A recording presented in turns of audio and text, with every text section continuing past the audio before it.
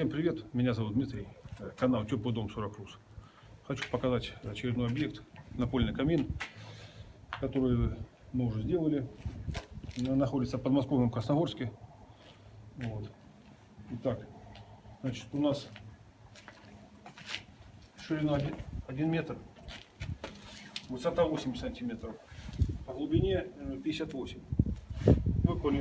Топка выполнена из шамотного кирпича, выложена на жаростойкую смесь кладочную. Естественно, сделан зуб каминный. Вот. Дымозорник также выполнен из шамотного кирпича. Задвижка установлена обычная.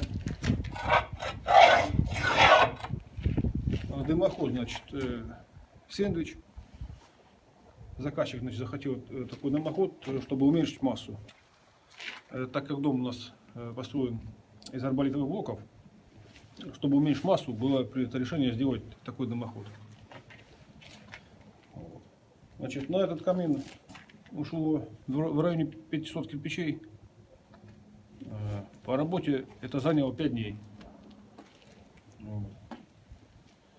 Сейчас у нас на дворе ноябрь 2019 год. Так, что тут еще у нас? Значит, по трубам вот, значит, такое, заодно снимем, покажем. Трубы все из нержавейки, довольно качественные.